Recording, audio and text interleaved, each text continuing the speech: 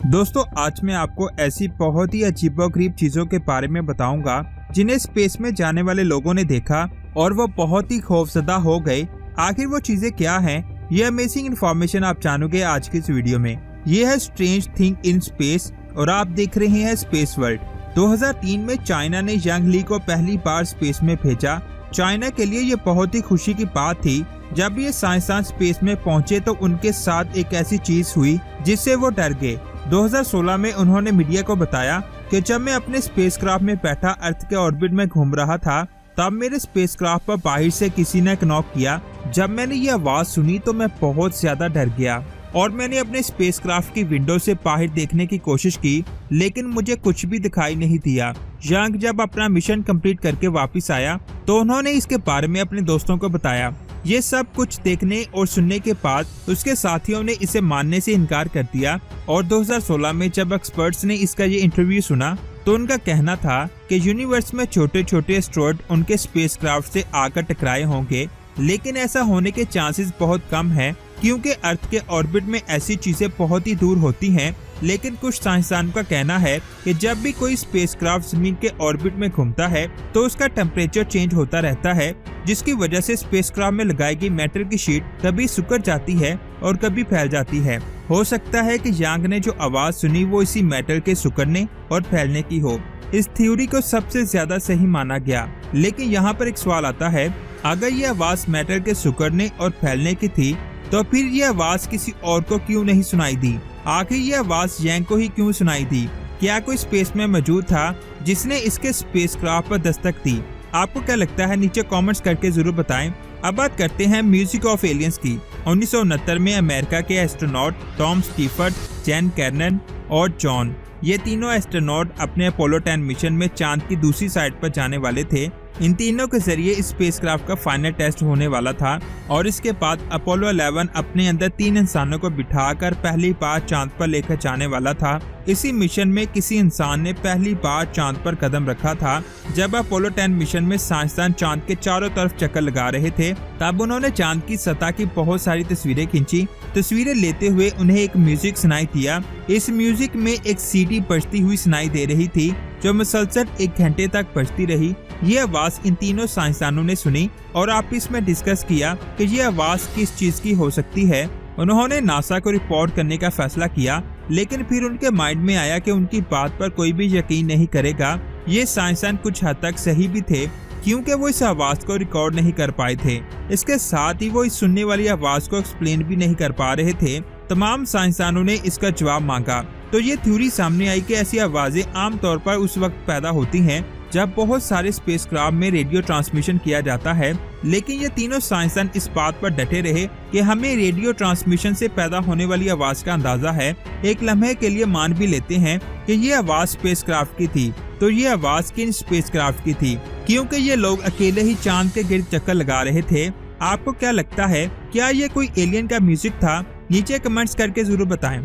अब बात करते हैं स्पेस के सांपों की। 1994 में डॉक्टर स्कोरी ने एक इंटरव्यू दिया। उसमें उन्होंने एक ऐसे हादसे को डिस्कस किया जिसने पूरी दुनिया के होश उड़ा दिए। उन्होंने कहा कि 2 मिशन में मेरे साथ ऐसा हुआ है जिसका जवाब मुझे आज तक नहीं मिल पाया। उन्होंने अपने 2 मिशन के दौरान स्पेस में बहुत बड़े सांप देखे। जी हाँ, आपने बिल्कुल सही सुना। इन सांपों की लंबाई 8 से 10 फीट के दरमियान थी। ये सांप देखने में बहुत ही अजीब थे और फिर उन्होंने कहा कि हम स्पेस की जितनी भी ज्यादा गहराइयों में गए हमें वहाँ पर बहुत ही अजीब अजीब चीजें देखने को मिलती हैं, जिससे ये वाज़िया हो जाता है कि हम इस कायनात में अकेले नहीं हैं। ये नासा के बहुत बड़े साइंसदान थे, हम इनकी बात से मुंह नहीं फेर सकते और वो इस बात को वाज़िह तौर पर कहते हैं कि हमसे कहीं ज्यादा एडवांस सिविलाइजेशन हमारी कायनात में रहती हैं। उन्होंने कई बार उनसे बात भी करने की कोशिश की, लेकिन वो हर वक्त नाकाम रहे। इसके बारे में आपको क्या लगता है? नीचे कमेंट्स करके जरूर बताएं। अब बात करते हैं डॉकिंग की। कनाडा के एक साइंसदान 1995 में पहली बार स्पेस में गए थे। उनका काम इस मिशन में ये था कि वो अपने पायलट को रशियन स्पेस स्टेशन के बाहर की पूरी सूरत हाल के बारे में बताएंगे। अगर इनके इस काम में थोड़ी सी भी मिस्टेक होती है तो यहाँ पर बहुत बड़ा हादसा हो सकता है। अगर डॉकिंग सही से ना होती तो ये दोनों एक दूसरे से टकराकर तबाह हो जाते और इसमें मौजूद तमाम लोग मर जाते। सब कुछ सही चल रहा था। इतने में इनके स्पेसक्राफ्ट में लगे एक सेंसर ने बताया कि वो स्टेशन से 32 फीट दूर हैं, जबकि दूसरे सेंसर ने बताया कि वो 20 फीट दूर हैं। यहाँ पर ये समझना बहुत ही मुश्किल था कि इन दोनों में से सही कौन बता रहा है। अगर ये लोग इस प्रॉब्लम को 30 सेकंड में ना हल कर पाते तो सब कुछ खत्म हो चुका होता। अब यहाँ पर हेडफील्ड को अंदाजा लगाना था कि असल में वो कितनी दूर हैं। पायलट हेडफील्ड की इंस्ट्रक्शन का इंतजार कर रहा था। इसकी किस्मत अच्छी थी कि उन्होंने डॉकिंग को अंदाजे से करवा लिया। हेडफील्ड आज भी इसके बारे में बताते हुए पूरी तरह से डर जाते हैं। अब बात करते हैं नॉट इम्पॉसिबल। 5 मई 1981 को रशिया के साइंसदान अपने स्पेसक्राफ्ट में मौजूद थे और उन्होंने अपने स्पेसक्राफ्ट की खिड़की से बाहर देखा तो उन्हें एक बहुत ही अजीबोगरीब सैटेलाइट दिखाई थी जो उनके बराबर से गुजर रही थी। उन्होंने कहा कि ये सैटेलाइट फिजिक्स के किसी भी असूल को फॉलो नहीं कर रही। इस सैटेलाइट को वो देखकर समझ गए कि इसे किसी भी इंसान ने नहीं बनाया। इतने में इस मशीन से गोल्डन कलर की लाइट निकली। इस लाइट ने इस मशीन को पूरी तरह से कवर कर लिया। ये लाइट सिर्फ 2 सेकंड तक रही और फिर इसके बाद वहाँ पर सिर्फ और सिर्फ धुएं का बादल दिखाई दिया। फिर उनका कहना था कि यह मशीन काफी देर तक हमारे साथ चलती रही, लेकिन जैसे ही हम जमीन के दिन से रात वाली साइड में एंटर हुए, इसके बाद उस मशीन को कभी नहीं देखा गया। यहाँ पर आप ये सोच रहे होंगे कि हम इस साइंसदान की बातों पर क्यों यकीन करें, तो मैं आपको बता दूं, इस मशीन की उनके पास बहुत ही बारीक डिटेल है और वो इस पर एक किताब भी लिख सकते हैं। ऐसी चीजें देखकर यकीन और भी पुख्ता हो जाता है कि हम इस दुनिया में अकेले नहीं हैं। अब बात करते हैं दी सीक्रेट ट्रांसमिशन। 1975 में नासा कम्युनिकेशन के एक ऑफिसर ने अपनी एक किताब पब्लिश की।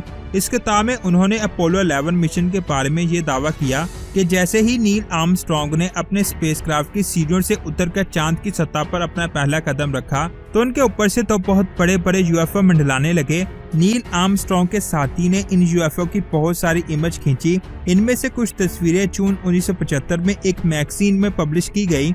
उन्होंने बताया कि जैसे ही नील नीचे उतरे तो 2 मिनट के लिए उनका रेडियो भी बंद हो गया था। ये रेडियो इसलिए बंद किया गया था क्योंकि इन सारी बातों की रिकॉर्डिंग उस वक्त नासा के हेडक्वार्टर में चल रही थी।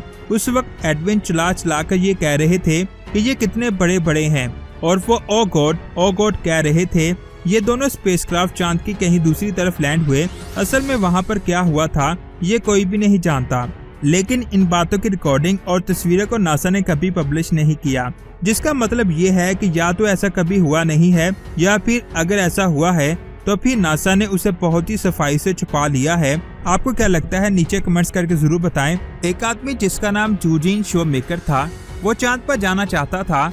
उसने चांद पर जाने की बहुत कोशिश की लेकिन वो चांद पर नहीं जा सका और 1997 में 69 इयर्स की उम्र में उसकी मौत हो गई। उसके बाद नासा ने उसकी बॉडी को चांद पर दफनाने का फैसला किया।